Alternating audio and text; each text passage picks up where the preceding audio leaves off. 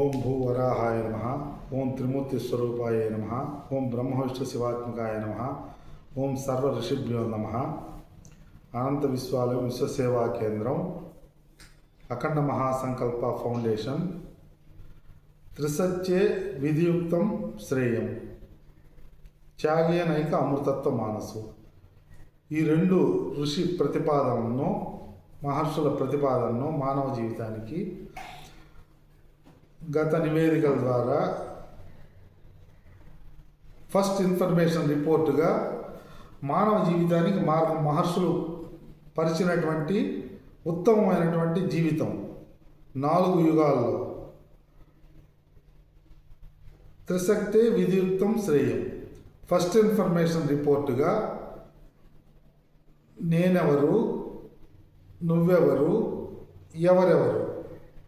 3 నేనెవరు, నువ్వెవరు, ఎవరెవరు. ఇది కోట్ల మందికి 84 లక్షల జీవరాశుల్లో మానవుడు అనబడేటువంటి మానవ దేహానికి ఎప్పుడైనా వచ్చేటువంటి ప్రశ్న. నేనెవరు, నువ్వెవరు, ఎవరెవరు. ఈ భూలోకంలో పుట్టినప్పటి నుంచి నాదే ఉంది, నీదే ఉంది, ఎవరిదే ఉంది. నాదే ఉంది, నీదే ఉంది, ఎవరిదే ఉంది. ఈ రెండిటి మధ్యన మానవ దేహం బంధించబడటం అనేటువంటి ఇబ్బంది కారణంగా 4 యుగాల్లో అసత్యము, తమస్సు, మృత్యువు ఈ మూడింటిని పరిష్కారం చేసుకోని కారణంగా రకరకాలైనటువంటి బాల్యం నుండి వృద్ధాప్యం వరకు ఏ దేహంలో, ఏ దేశంలో కూడా, ఎక్కడ కూడా, ఏ దేహంలో, గృహంలో, వ్యవస్థలో మొత్తంలో ఈ స్థితి ఈ స్థితి ఉంటూనే ఉంటుంది. కలియుగాంతం వరకు ఉంటుంది. దీన్నే అజ్ఞానం అన్నారు, తమస్సు అన్నారు.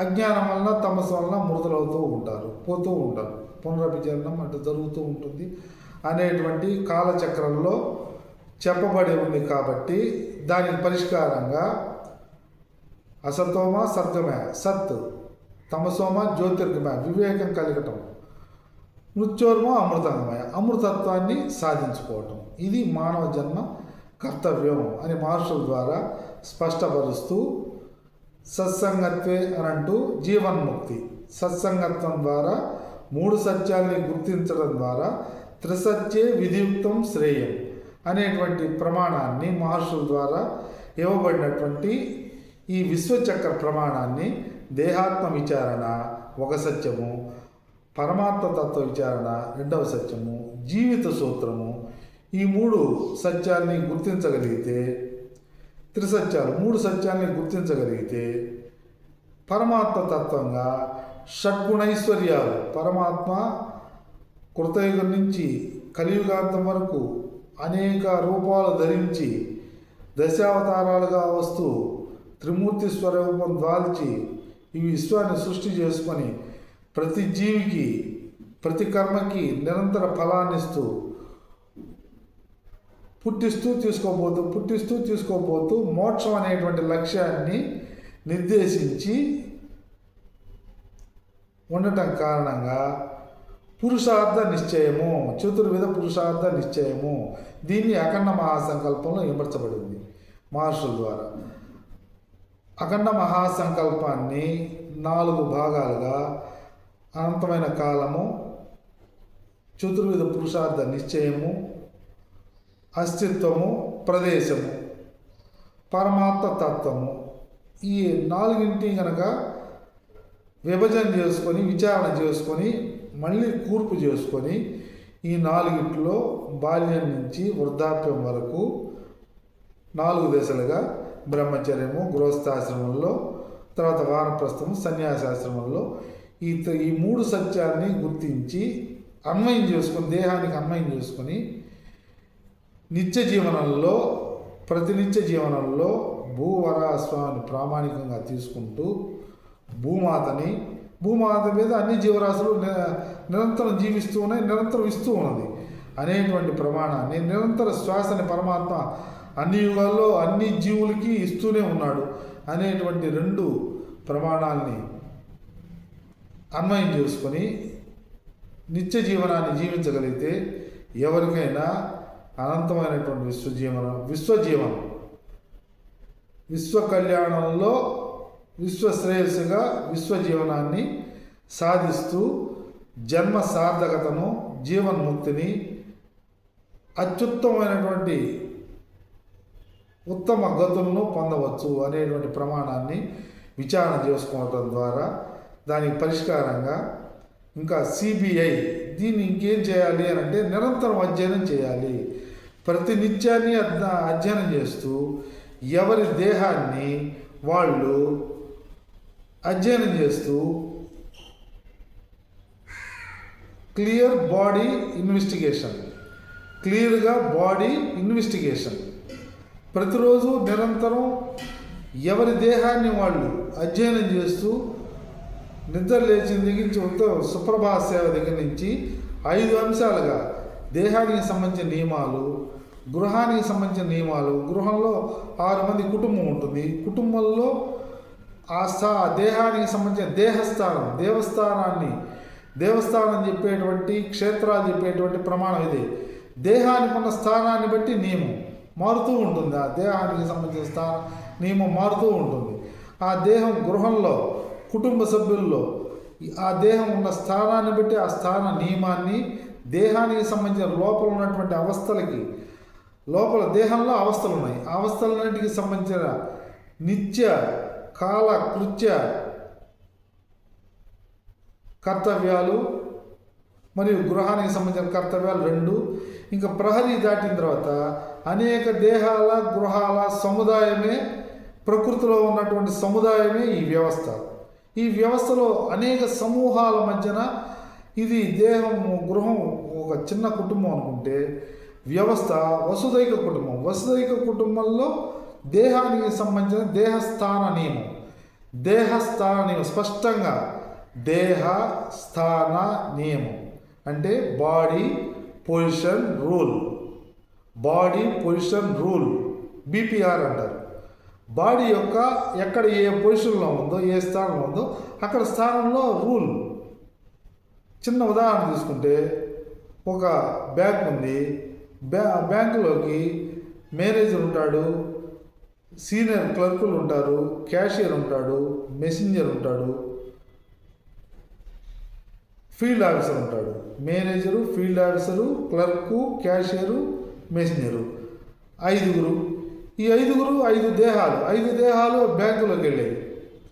బ్యాంకులోకి వెళ్ళగానే ఆ కుర్చీలో, మేనేజర్ కుర్చీలో అక్కడి నుంచి ఆ దేహానికి ఒక పేరు ఉన్నటువంటి ఆ దేహంలోకి ఆ దేహం ఆ కుర్చీలోకి వచ్చి కూర్చోగానే ఆ కుర్చీకి సంబంధించిన స్థాన నియమాలు అమలు చేయాలి. ఫీల్డ్ ఆఫీసర్కి సంబంధించిన నియమాలు అమలు చేయాలి. క్యాషియర్ ఏ స్థానానికి సంబంధించిన నియమాలు ఆ స్థానానికి ఉన్నాయి. ఈ స్థాన నియమాలు ఆ స్థానానికి కాదు, ఆ స్థాన నియమాలు ఈ స్థానం కాదు. మెసెంజరు దేహం, ఆయన వచ్చినటువంటి మెసెంజర్ దేహం ఆయన స్థాన నియమాలు. అందరూ ఈ బ్యాంక్ అనబడేటువంటి వ్యవస్థ నడవటానికి ఏ స్థానానికి సంబంధించిన నియమాలు ఆ స్థానానికి ఉన్నాయి. అదేవిధంగా గృహంలో కూడా అఖండ మహాసంకల్పంలో చెప్పబడేటువంటి, కళ్యాణంలో చెప్పబడేటువంటి పరమాత్మ ద్వారా 3 సూత్రాల్ని కళ్యాణంలో సూత్రాలు చూపిస్తూ భూమంతా వ్యాపించింది, శ్రీదేవి అంతా సంపదను ఇస్తూ ఉంది, పరమాత్మ బ్రహ్మాండం అంతా వ్యాపించున్నాడు.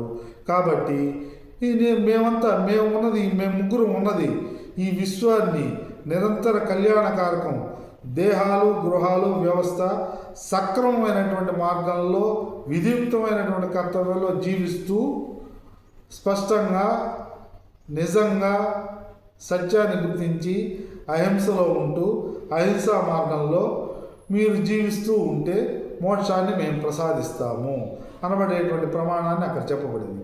అదేవిధంగా ఇక్కడ మానవ జీవితానికి విశ్వ కళ్యాణం అని 84 లక్షల జీవరాశుల కళ్యాణం కోసం వాళ్ళు ఉంటే, మానవ జీవితం కళ్యాణం ధర్మం, అర్థం, కామం, మోక్షం అనేటువంటి ప్రమాణంతో ఈ ప్రతి మానవుడు ఈ 4 ఉన్నాయి. ధర్మం, అర్థం, కామం, మోక్షం ఈ 4 ఉన్నాయి. ఈ 4తోటి మానవ జీవితం మనుగడ సాగిస్తున్న క్రమంలో ఏ దేహానికి సంబంధించిన స్థాన నియమాన్ని తల్లిదండ్రులు, తండ్రి, తల్లికి తండ్రి మంగళసూత్రాన్ని కట్టడం జరిగింది. 2 బ్రహ్మచర్యుల నుంచి ధర్మం, అర్థం, కామం ఈ 3టిని అమలు చేస్తూ మోక్ష సాధన నవవిధ భక్తి యోగాన్ని, కర్తవ్యాన్ని, కర్మయోగాన్ని, భక్తి యోగాన్ని అమలు చేస్తే ఎవరికైనా మోక్షం కలుగుతుంది. ఎవరికైనా బ్రహ్మచర్య నుంచి, గృహస్థు దగ్గర నుంచి, వానప్రస్థ దగ్గర నుంచి వృద్ధుడి వరకు కర్తవ్యాన్ని అమలు చేసి నవవిధ భక్తి యోగాన్ని అమలు చేస్తే జ్ఞానం కలిగి జ్ఞానమే మోక్షాన్ని ప్రసాదిస్తుంది. ఈ అనంతమైనటువంటి విశ్వంలో ప్రమాణంతో కూడినటువంటి జ్ఞానమే మోక్షం. ఆ మోక్షాన్ని ప్రసాదించడానికి పరమాత్మ 4 వేదాలు, వేదాంగాలు, వేదాంతాలు, 10 వేదాంతాలు, దశ వేదాంతాలు, 10 ఉపనిషత్తులు, 108 ఉపనిషత్తులు, వేదాంగాలు, వేదాలు 4, 18 పురాణాలు, అనేక ఉపపురాణాలు, బ్రహ్మసూత్రాలు, తర్వాత 3 ప్రస్థానం, రామాయణం, భారతం, భాగవతం, తర్వాత షడ్దర్శనాలు, పూర్వమీమాంస, ఉత్తరమీమాంస, న్యాయము, వైశేషికము, సాంఖ్యము, యోగము 6 షడ్దర్శనాలు. చివరగా ద్వాపరయుగంలో భగవద్గీత, అంతిమంగా భీష్మాచార్య విష్ణు సహస్రనామం ఇన్నిటినీ, తర్వాత అనేక అష్టోత్తరాలు 108 నామాలతోటి మంత్రాలలో ఇమిడ్చి ఆ రహస్యాలు ఇమిడ్చి 108 నామాలు, 1008 నామాలతోటి సహస్రనామాలు, వేద మంత్రాలు, యజ్ఞ మంత్రాలు, తర్వాత అనేక ఆగమాలు, 28 ఆగమాలు ఉన్నాయి. వైఖానస, శైవాగమ, పాంచరాత్ర, శాక్తేయ, సౌర, గాణపత్య, కౌమార అనేక ఆగమాల్ని మహర్షులు ప్రసాదించి ఇవన్నీ ఈ 4టిని సాధించడానికి, ఈ 4 సాధించాలి. ఈ 4 ఎవరైనా సాధించవచ్చు. ఈ 4టిని గుర్తించుకోవాలి. బాల్యము, యవ్వనము, కౌమారము, వార్ధక్యము. బాలుడుగా ఉండగానే అది వృద్ధులు చూసి ఆ వృద్ధాప్య దశ నాకు కూడా ఉంది కదా అని గుర్తించుకొని బాల్య దశ నుంచి ఆ వృద్ధాప్య దశకి మార్గాన్ని ఏర్పాటు చేసుకోవాలి. గృహస్థు ఏర్పాటు చేసుకోవాలి.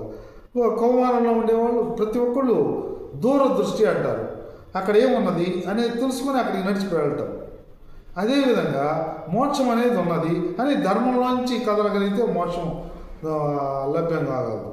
అదేవిధంగా ధర్మం అనేది లేకపోతే అర్ధకామాల్లో, అహంకార మమకారాల్లో ఏ దేవతామూర్తిని నేను అర్చించి పూజించుకున్నానన్నా అసత్యంలో, తమస్సులో మృత్యువే కలుగుతుంది. ఈ 3తోనే మానవ దేహం వెళ్ళిపోతుంది. అందుకని స్పష్టంగా అసత్యంలోంచి సత్యంలోకి త్రిసత్యే విధియుక్తం శ్రేయం అనేటువంటి ప్రమాణం విచారణ అవగాహన ద్వారా అవగాహన చేసుకోవచ్చు. చేసుకొని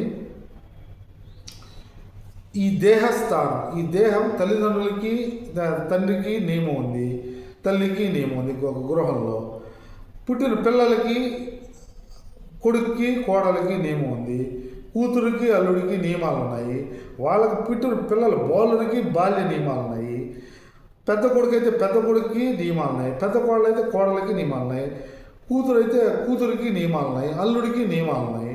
బంధానికి సంబంధించిన అనుబంధాల మధ్యన ఉన్నటువంటి సంబంధాల నియమాలు ఉన్నాయి. ఏ ఇద్దరి మధ్య నియమాలు ఉన్నాయి. తల్లిదండ్రుల మధ్య నియమం ఉంది. తండ్రి బిడ్డల మధ్య నియమం ఉంది. భార్యాభర్తల మధ్య నియమం ఉంది. అన్నదమ్ముల మధ్య నియమం ఉంది. అక్కచెల్లెల మధ్య నియమం ఉంది. ప్రతి బంధుత్వం మధ్య నియమం ఉంది. ఆ నియమంతో యమాన్ని గుర్తించుకొని, యమము అంటే దోషం లేకుండా నియమబద్ధంగా ఈ దేహానికి, యమము అంటే ఈ దేహానికి, మానవ దేహానికి తల్లిదండ్రుల ద్వారా ఇవ్వబడినటువంటి దేహానికి నాకు కనిపించేటువంటి ఏ దేహాన్ని నా మనసు, వాక్కు, కర్మల ద్వారా ఇబ్బంది పరచకూడదు. ఏ దేహాన్ని, ఏ దేహం ఏ దేహాన్నైనా ఇబ్బంది పరచకూడదు అనేటువంటి దృఢ సంకల్పంలో ఉండటానికి తగినటువంటి కొన్ని నియమాల్ని పాటించుకోవటమే యమము అన్నప్పుడు ఇంకా పరమాత్మ యమ యమ అంటే ఇంకా ఆ నియమాన్ని ఇస్తాడు, నియమాన్ని ప్రసాదిస్తాడు. ఆ నియమం ద్వారా ప్రతి మనిషికి అవతల ఇంకొక మనిషి ఏమవుతుంది, ఈ దేహానికి ఇంకొక దేహమే. తల్లి ఉంది, తండ్రికి ఎదురుగా తల్లి ఉంటుంది, తల్లికి పక్కన తండ్రి ఉంటాడు.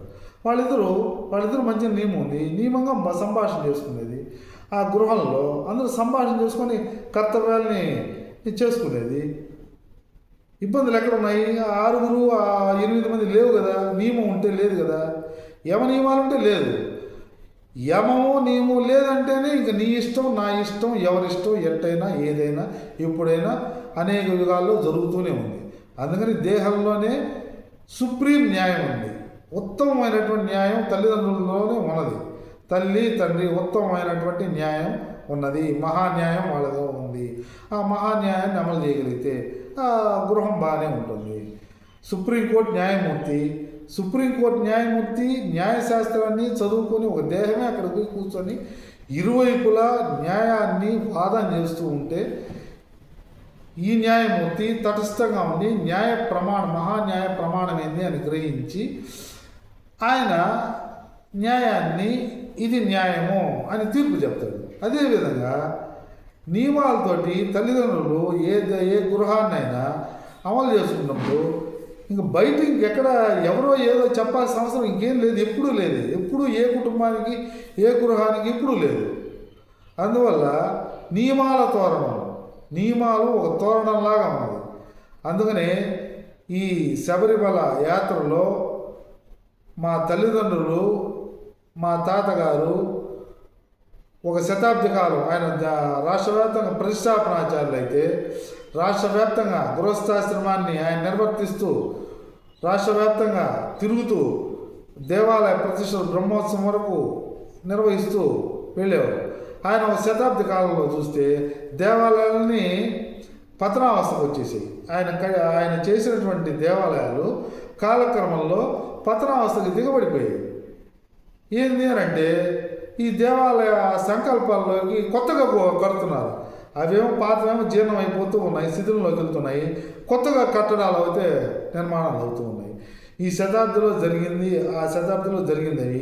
ఇంకా రకరకాల కట్టడాలు వీధికి దేవాలయం, వాడవాడల దేవాలయం కట్టుకుంటూ సక్రమంగా అక్కడ సంకల్పాలు లేక సంకల్పం అక్కడ అమల్లో ఏకకాలార్చన అని చెప్పని ఒక అర్చకుడు ఒక గంటలో నివేదన చేసుకొని పోయే మార్గాల్ని చూసుకున్నారు. దేవాలయ ప్రమాణం ఏంటంటే ఏకకాలార్చన, ద్వికాలార్చన, త్రికాలార్చన, షట్కాలార్చన 6 కాలాల్లో కూడా చేయటానికి తగినటువంటి కార్యనిర్వాహక శక్తి అనాదిలో ఉండేది. అర్చకులు ఉండేవాళ్ళు, 3 అర్చకులు నియమించేవాళ్ళు. అర్చకత్వాన్ని చేసేది. నిర్వాహకత్వం కొన్ని 100 ఎకరాలు ఇచ్చి ఆ దేవాలయ పోషణ నిమిత్తం ఆ ధనాన్ని పట్టుకొని అక్కడ కార్యనిర్వాహకత్వాలు జరుపుకుంటూ వచ్చి కాలక్రమంలో మరుగైపోయి షట్కాలార్చన కాస్త ఏకకాలార్చన కూడా జరిగే స్థితులు, ఇబ్బందికరమైనటువంటి స్థితి, సంకల్పమే అమలు లేనటువంటి స్థితిలోకి వెళ్ళింది. అందుకనే బ్రహ్మాండ నాయకుడి దగ్గర ఈరోజు కూడా షట్కాలార్చన 6 కాలాల్లో అర్చన జరుగుతూ ఉంటుంది. మహర్షులు చెప్పినటువంటిది ప్రతి 3 గంటలకి స్వామివారికి షట్కాలార్చన 18 గంటలు ఆ స్వామివారికి 6 రకాలైనటువంటి సందర్భాల్లో కాశీలో కూడా ఆ క్షేత్రంలో కూడా 6 సార్లు 8 సార్లు ప్రతి 3 గంటలకి అభిషేకం జరుగుతుంది. అభిషేకం అర్చన ఆలయంలో విగ్రహమూర్తికి ఎందుకు జరుగుతాయి, ఎందుకు గృహంలో చేసుకోవాలి, ఒక్కసారి అర్చన చేసుకొస్తే 364 రోజులు గృహంలో ఆ సంకల్పాన్ని చెప్పుకొని ఆ సంకల్పంలో మేము మానవ జీవితాన్ని చతుర్విధ పురుషార్థాల్లో జీవిస్తాము. ఆ దేవాలయంలో పోయి 10 గోత్రాలు 20 గోత్రాలు చెప్పి అక్కడ అర్చకుడు చదివి ఆ పురుషార్థాలు అర్థం కాక ఇంకా 50 సంవత్సరాలు 60 సంవత్సరాలు గోత్రాలు చెప్తూనే ఉన్నారు. 5% మంది, ఇంకా 90% మంది అయితే వ్యాపారాలు రకరకాల రంగాల్లో ఉండి గోత్రాలు, నామాలు, పూజలు, అర్చనలు తెలియవు, పోరు. 5% మంది తెలుసు. ఈ 90% మంది గృహంలో గృహంలో సంకల్పం ఉంది. పుట్టంగానే సంకల్పాన్ని చెప్పి నామకరణం, దేహానికి నామకరణం చేస్తారు. ధర్మార్థ కామోక్ష స్థిత్యంతో ఫలానా పేరు పెట్టబడుతుంది, ఈయన నాలుగింట్లో ఈయన జీవనాన్ని జరగాలి అనే సంకల్పం. ఇంకా జరగటం అనేది ఆయన కర్తవ్యం. జరపడం అనేది సృష్టికి ఇవ్వబడిన సంకల్పం. దాంట్లో ఆ దేహం కర్తవ్యంలో వెళ్ళడం అనేది ఆ దేహానికి సంబంధించిన కర్తవ్యం. ఈ కర్తవ్య నిర్దేశనం అనేది, అందుకని దేహస్థానం, దేవాలయాలు, అనంతమైన క్షేత్రాలు, ఇవన్నీ దేహాన్నే క్షేత్రంగా, క్షేత్రంలో దేవాలయానికి ఎన్ని నియమాలు ఉన్నాయో అనేక నియమాలతో ఉన్నటువంటి మానవ దేహం అని అంటూ దేహస్థానానికి ఆ నియమాలు ఉన్నాయి. అదేవిధంగా మెసెంజర్కి నియమం ఉంది. ఆయన చిమ్ముతాడు, చేస్తాడు, చెందుతాడు, ఫైళ్ళు అందిస్తాడు. ఇక్కడ మేనేజర్ కూర్చుంటాడు, అన్నింటినీ నియంత్రణలో ఉంచుతూ. మెసెంజర్ నియంత్రించడు, ఆయన వరకు ఆయన పనిచేస్తాడు. మేనేజర్ స్థానం అన్నింటినీ నియంత్రణలో ఉంచు, అన్నింటినీ గమనిస్తూ తన పని తాను చేస్తూ కూర్చొని సంతకాల రూపంలోనే ఆయన పని జరుగుతుంటుంది. మనసుతోటే, దేహంతో సూక్ష్మంగా. ఆయన మిగతా వాళ్ళు రకరకాలుగా. అందువల్ల ఈ మేనేజర్ దగ్గర నుంచి మెసెంజర్ దాకా ఇక్కడ బ్యాంకు ధనాన్ని తీసుకోవటం, ధనాన్ని ఇవ్వటం, దాచుకోవటం, అప్పుగా ఇవ్వటం, వీటి ద్వారా వ్యవస్థలో ఉన్న వ్యక్తుల ద్వారా వీళ్ళ పోషణని పొందుతూ దాచుకునేటువంటి విధానం ఈ కలియుగంలో వచ్చింది. ద్వాపరయుగంలో లేదు. ఖజానాలు, ఖజానాలు మాత్రమే ఉండేవి. వ్యక్తిగతంగా పెట్టెల్లో పెట్టుకోవటం, భూమిలో పెట్టుకోవటం ఉండేది. అది ఇంకో దగ్గర ఎవరి దగ్గర దాచుకోవటం అనేది ద్వాపరయుగంలో, తర్వాత త్రేతాయుగంలో లేవు. బ్యాంకులు ఇప్పుడు వచ్చాయి. సరే, ఎందుకు చెప్తుకుంటాం అంటే వ్యవస్థలో దేహం దాటిన తర్వాత, గృహం ప్రహరీ దాటిన తర్వాత ఈ దేహంలో ఎన్ని స్థానాలుండి దేహంలో ఉన్నాయి. తల్లి, తండ్రి, కొడుకు, కోడలు, కూతురు, అల్లుడు, మనవళ్ళు, దాదాపు 11-12 స్థానాలు ఉన్నాయి. ఈ 12 స్థానాలే వ్యవస్థలో కూడా ఉన్నది. ఎక్కడ కూడా కంపెనీల్లో ఉన్నది, రాజ్యాంగంలో ఉన్నది. రాజ్యాంగంలో ఉంది ముఖ్యమంత్రి, తర్వాత మంత్రులు 2, శాసనసభ్యులు 3, అధికారిక వ్యవస్థ 3, 4 ప్రజలు అనేది ఒక స్థానం, అధికారిక వ్యవస్థ అనేది ఒక స్థానం, శాసనసభ్యులు అనేది ఒక 3వ స్థానం, రాజ్యాంగం అనేది భగవద్గీత. వీటన్నిటిని చూస్తూ సుప్రీంకోర్టు 4, పత్రికలు 5 వ్యవస్థలు. అదేవిధంగా 5 వ్యవస్థలు గృహంలో ఉన్నాయి. అందుకని వ్యవస్థ అనేటువంటిది దేహంలో ఉన్న అవస్థే ఈ వ్యవస్థ. దేహంలో అవస్థ, బాల్యావస్థ, కౌమారావస్థ, యవ్వనావస్థ, వృద్ధాప్యావస్థ 4. అదేవిధంగా వ్యవస్థలో కూడా అనేక అవస్థలతో ఉన్నటువంటిదే ఈ ప్రమాణం. అందుకని క్లియర్గా బాడీ ఇన్వెస్టిగేషన్, ఎవరికి సంబంధించిన దేహాన్ని, దేహస్థానాన్ని నిరంతరం నిద్ర లేచిన దగ్గర నుంచి నియంత్రణలో ఈ దేహాన్ని, ఎవరి దేహాన్ని వాళ్ళు నియమంతో అమలు చేసుకుంటూ పోతే ఎవరు కనపడినా ఇంట్లో వాళ్ళకి సమాధానం చెప్పచ్చు. బయట ప్రహరీ దాటిన తర్వాత ఏ దేహస్థానానికి వ్యాపారం ఉన్నాడు, వినియోగదారుడు, అమ్మేవాడు, కొనేవాడు, అమ్మకందారు, వినియోగదారు స్థానం ఆ స్థాన నియమం, అమ్మేవా స్థానం ఆ స్థానదానము, దాన్ని వ్యాప్తి చేసేవాడు వ్యాప్తి నియమం, దాన్ని తయారు చేసేవాడు తయారు చేసేటువంటి నియమం, ఉత్పత్తి చేసేవాడు ఉత్పత్తి నియమం, రవాణా చేసేవాడు రవాణా నియమం, బస్సు ఎక్కితే డ్రైవర్ నియమం, ఎక్కడికి సంబంధించి ఏ దేహానికి సంబంధించి బేల్దారి పని అయితే డకార్ అయితే డకార్ అయితే నియమం. ఎక్కడికి పోయినా ఏ దేహానికి సంబంధించిన నియమాలు ఆ దేహానికి ఉన్నాయి. ఆ నియమాలని పూర్తి చేస్తే నియమంతో స్పష్టంగా అర్థం వస్తుంది. దాంట్లో శ్రేయస్సుతోటి చేయాల్సిన పని దేహంలో, గృహంలో, వ్యవస్థలో చేస్తే రిలీవ్ అయిపోతాడు. ఈ కర్తవ్యం అనేటువంటిది బంధము. కర్తవ్యాన్ని అమలు చేస్తే మోక్షము. భక్తి అనేది పరమాత్మకు సంబంధించిన బంధము. 9 రకాలైన భక్తి యోగాల్ని అమలు చేసుకోగలిగితే మోక్షము. అందువల్ల కర్తవ్యం దైవమాన్నికం, భక్తి యోగం వీటి ద్వారా త్రిశక్తి విద్యుక్తం శ్రేయం ద్వారా తర్క విచారణ ద్వారా ఈ అఖండ మహాసంకల్పాన్ని అనంత విశ్వాలయాన్ని మా తల్లిదండ్రులు 1900 శతాబ్దిలో మా తాతగారి ద్వారా ప్రతిష్టాపనాచార్యులు ఆయన ద్వారా దేవాలయ ప్రమాణాన్ని గుర్తించుకున్నాము. దేవాలయంలో ఒక శతాబ్ది కాలం చేస్తూ 5 దేవాలయాలు సింగపేట, భోగోలు పెట్టుకుంట, కొండ పెట్టుకుంట, అమరమూలు, కనపర్తి 5 దేవాలయాల్లో మా నాన్నగారు చేస్తూ బిట్రగుంటలో 7 ఎకరాలు, కేవలం 7 ఎకరాలు ఉన్నటువంటి దేవస్థానాన్ని, జరుగుబాటు లేనటువంటి దేవస్థానాన్ని ఈ 5 దాన్ని ఎంచుకొని అక్కడ ఇల్లు కట్టున్నాడు. కాబట్టి మా తాతగారు దాంట్లో 70 ఏళ్ళ నుండి 70 ఏళ్ళు ఆ దేవాలయంలో 7 ఎకరాలు జరుగుబాటు లేనటువంటి దేవాలయాన్ని ఆయన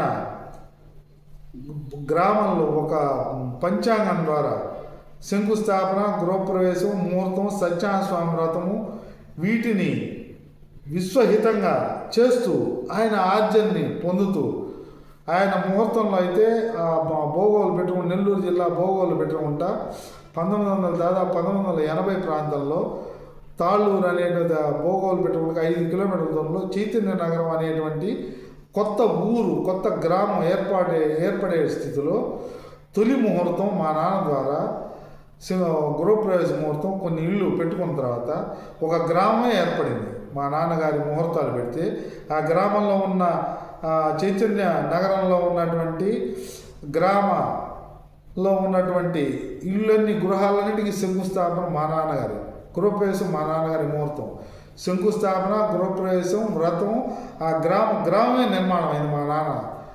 అందువల్ల ఆయన విశ్వహితాన్ని కోరుతూ దేవాలయాన్ని 70 ఏళ్ళు కార్యనిర్వాహకత్వం, అర్చకత్వం, పారిచారకత్వం అన్ని సేవల్ని 1 కోటి రూపాయల సేవని స్వామివారి కైంకర్యంగా చేస్తూ 3 లక్షల రూపాయలతోటి, అంటే 3 సంవత్సరాలు కర్తవ్యాన్ని అమలు చేస్తే ఆ ధనం వస్తుంది. అటువంటి ధనాన్ని నన్ను ఆదేశించి ఒక దేవాలయానికి నిర్మాణంగా 1 కోటి రూపాయలు సేవ చేశాము. భవిష్యత్ అవసరాల కోసమని భవన నిర్మాణాన్ని వాళ్ళ పూర్వీకుల గుర్తుగా కైంకర్యంగా, దాత కాదు ఆయన, కైంకర్యం అనేవాడు. ఆయా అందరి దగ్గర ఉండేదంతా భగవంతుడిది, నా దగ్గర ఉన్న భగవంతుడిదే, కైంకర్యంగా సమర్పణ చేసుకుంటూ ఉన్నటువంటి ఒక రాగి వృక్షాన్ని, వేప వృక్షాన్ని కళ్యాణం చేస్తూ ఆ దేవాలయంలో 80లో వేసి విస్తరించి ఈరోజు ఈ నిరంతరం ప్రాణవాయువును ఇస్తూ మానవ దేహం అపాన వాయువును వదులుతుంది. ప్రాణవాయువును వదిలేటువంటి విస్తరించినటువంటి దాన్ని రేపు ఎల్లుండి నివేదికలో దాన్ని ఒకసారి విశ్వవీక్షకులకు అఖండ మహాసంకల్పం ద్వారా 40 ఏళ్ళు భోగోలు పెట్టుకుని నుంచి 7 కిలోమీటర్లు ఉలవపాళ్ళ అనేటువంటి గ్రామంలో 40 ఏళ్ళు కేవలం 100 రూపాయల నుంచి 400 రూపాయలు జీతం అనేటువంటి పేరుతో దేవాదాయ శాఖ దేవాలయాన్ని 40 ఏళ్ళకి 100 రూపాయలతో ఆరంభమయ్యి 2011లో 2000 రూపాయలు దాని జీతం అన్న 2000 రూపాయలని 40 ఏళ్ళకి 2000 రూపాయలు అంటే రోజుకి 70 రూపాయలు 7 కిలోమీటర్లు పోయి వచ్చి చేశాడు. అందువల్ల 40 ఏళ్ళు ఉలవపాళ్ళలో 11 ఎకరాలు 10 కోట్ల రూపాయల భూమికి హద్దులు వేసి స్వామివారిని దేవాదాయ శాఖకు అప్పగించి చేసినటువంటి ఆయన పుణ్యమూర్తి, జీవన్ముక్తులైనటువంటి మా నాన్నగారిని ఒక్కసారి విశ్వవీక్షకులకు ఎల్లుండి ఒకసారి పరిచయం చేసుకున్న తర్వాత అఖండ మహాసంకల్పాన్ని ఒక 10 నియమాలతోటి, కొన్ని నియమాలతోటి శుద్ధ ఏకాదశి మాసానాం మార్గశీర్షోహం అన్నారు భగవద్గీత. ఈ 12 మాసాల్లో మార్గశిర మాసం సాక్షాత్తు నేనే అని చెప్పుకున్నాడు. కాబట్టి కృష్ణ పరమాత్మ అశ్వత్థ నారాయణ వృక్షం పరమాత్మకు ప్రతీక, త్రిమూర్తి స్వరూపానికి అశ్వత్థ నారాయణ వృక్షమే ఈ సంసారాన్ని యొక్క తత్వాన్ని తెలపగలదు. అందువల్ల మార్గశిర శుద్ధ ఏకాదశి రోజు ఈ అఖండ మహాసంకల్పాన్ని ఇప్పుడు ప్రస్తుతానికి విశ్వచక్ర అభిషేకము, అర్చన, నవవిధ భక్తి యోగార్చన, విశ్వచక్ర అభిషేకము ఇవి జరుగుతూ ఉన్నాయి. ఏకాదశి నుంచి విశ్వవ్యాప్తంగా ఎంతమంది ఆ సంకల్పంలో కర్తవ్యం 5 అంశాల పరంగా కర్తవ్యం, నవవిధ భక్తి యోగార్చన, విశ్వవ్యాప్తి 3 సత్యాన్ని వ్యాప్తిలోకి తీసుకుపోవటం. ఈ విశ్వసేవకులుగా ఎవరైనా కావచ్చు. విశ్వసేవకత్వం అనగానే భక్తి నవవేద భక్తి యోగాలో భక్తి వచ్చేసింది. వచ్చేసినటువంటి 9 ఒక నవరంధ్రాలతో కూడిన మానవ దేహానికి అద్భుతమైనటువంటి నవవేద భక్తి యోగాలు ఒక బలాన్ని ఇస్తాయి, దైవ బలాన్ని ఇస్తాయి. ఆ దైవ బలం అనేటువంటి విశ్వసేవ అనబడే దైవం. ఎవరైనాను ఏ రంగంలో పనిచేసే వాళ్ళైనా 1 గంట సేపు ఈ విశ్వచక్రాన్ని దేహాత్మ విచారణ దాన్ని తర్కించుకొని మా నాన్నగారి ద్వారా ఈ విశ్వసేవని ఈ సంకల్పాన్ని విశ్వవ్యాప్తం చేసేటి 2011లో ఆరంభించినటువంటిది బ్రహ్మాండ నాయకుడు కాశీ విశ్వేశ్వరుడు పూరి జగన్నాథుడు ప్రమాణంగా దీన్ని వ్యాప్తిలోకి తీసుకుపోయేటువంటి క్రమంలో మా నాన్నగారు చెప్పినటువంటి విశ్వసేవను ఎవరైనా విశ్వసేవకులు కావచ్చు. నేను విశ్వసేవకుడిని, అందువల్ల ఈ విశ్వసేవకులు ఎవరైనా కావచ్చు. నేను అతి తక్కువైనటువంటి తర్క విచారణ ద్వారా వివరించగలుగుతాను ఋషి ప్రమాణాన్ని. నాకంటే ఎంతో వేగవంతంగా ఇంకా మేధాతరంగా ఎంతోమందిలోకి తీసుకుపోయేందుకు అవకాశం ఎంతోమందికి కలదు. 1 గంట సేపు ఎవరైనా కానీ ప్రతిరోజు ప్రతినిత్యం సాయంత్రం 6 గంటల నుంచి 10 గంటలలోపు కావాల్సినంత సమయం ఉంటుంది. వృత్తుల్లోకి పోయి వచ్చిన తర్వాత 1 గంట సమయం ఈ తర్క విచారణకి విశ్వచక్ర తర్క విచారణ 3 సత్యాలని వారి స్థాయిలో వాళ్ళు విచారణ చేసి అధ్యయనం చేస్తూ వీటిని అధ్యయనం చేసుకుంటూ ఎవరికి వాళ్ళు అధ్యయనం చేసుకుంటూ వాళ్ళకి తెలిసినటువంటి యథాశక్తిగా ఎంతోమందిలోకి 1 గంట సేపు ఫోన్ ద్వారా మాధ్యమాల ద్వారా వ్యాప్తిలోకి తీసుకోపోగలిగితే వాళ్ళకి భక్తి నవవిధ భక్తి యోగాల్లో ఉండటం జరుగుతుంది, వ్యాప్తి చేయటం జరుగుతుంది.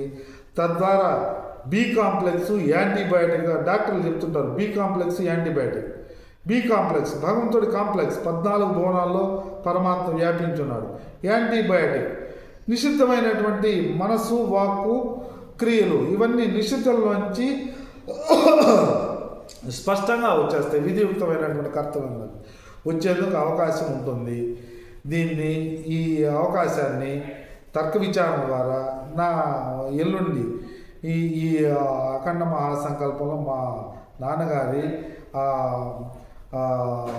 రాగి వృక్షాన్ని కళ్యాణ వృక్షాన్ని ఆయన యొక్క సేవలను ఎల్లుండి 7 గంటలకి నివేదిక ద్వారా వీడియో ద్వారా వీక్షణ ద్వారా విన్నపం చేయగలను, చూడగలరు.